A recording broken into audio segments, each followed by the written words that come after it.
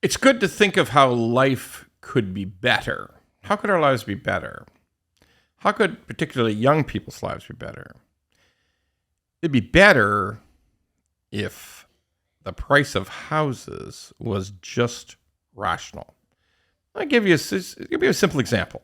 Like sometimes when you're used to something, it's hard to understand the difference. When something's happened gradually, it's hard to know what's wrong with this. We feel it's wrong, but we're not sure why. But let me give you concrete examples, very concrete examples.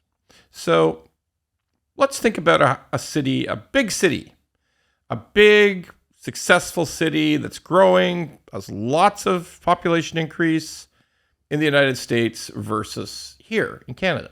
Let's think about Houston, Texas, one of the most dynamic cities in the United States. It has a huge influx of population from all over the United States and is fairly diverse. I mean, some of the best Vietnamese restaurants in North America are in Houston, Texas. So let's think about the prices for a minute.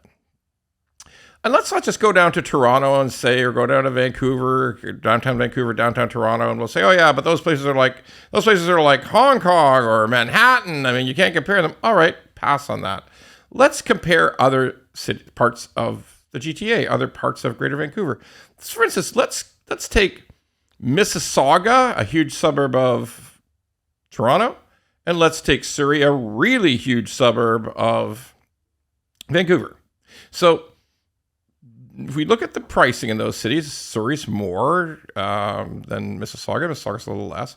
Let's just say the average price is about $1.28 million for a house in those cities.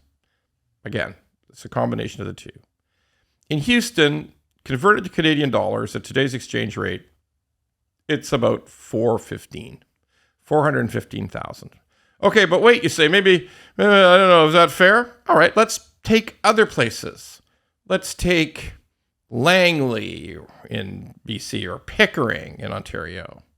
On average, again, we take the average prices, add them together. That's about $1.1 million versus $415 in Houston. Okay, let's even go, maybe it's better further out.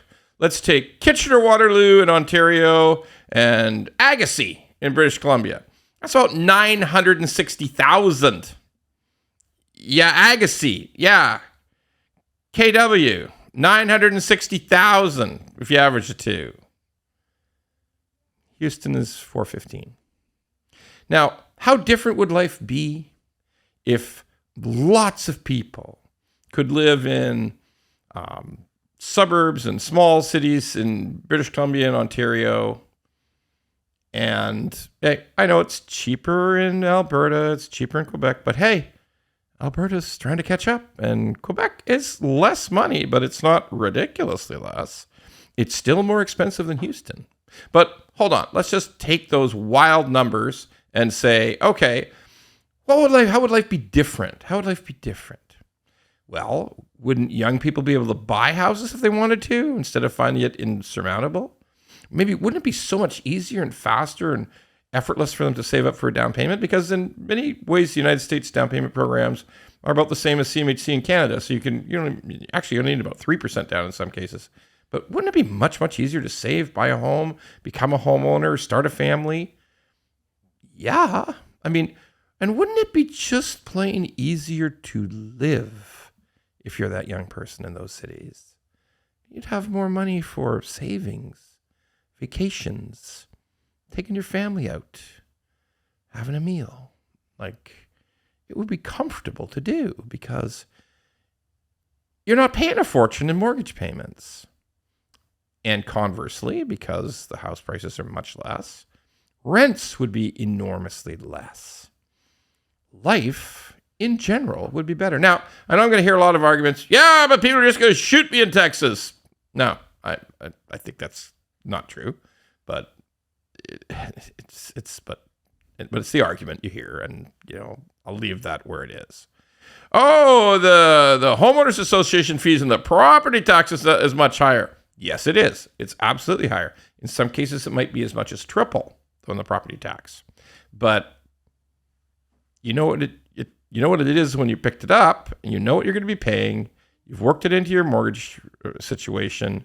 And once again, the price of the house is $415 on average.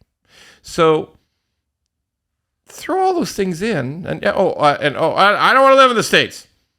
Oh, the healthcare. Now, just remember, people with jobs who work for companies, that's most people, they have very adequate healthcare coverage in the United States. Yeah, but not like Canada. Okay, look, we can think up a million excuses as to why it's not the same. And you know what? It's not. And I love my country, all problems and all. I'm still here. I'm not leaving. I'm not shipping out to the United States. I'm here for the duration till I'm gone. But it's so different. It's so different. And it makes people live a better life. So why did this happen to us? It's like the old story of the frog in the pot.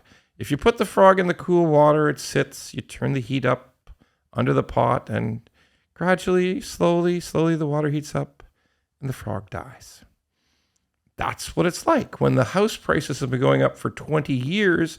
Only now does it reach an unmanageable crisis and everybody is pissed off and angry and well, they should be. But that's what's happened.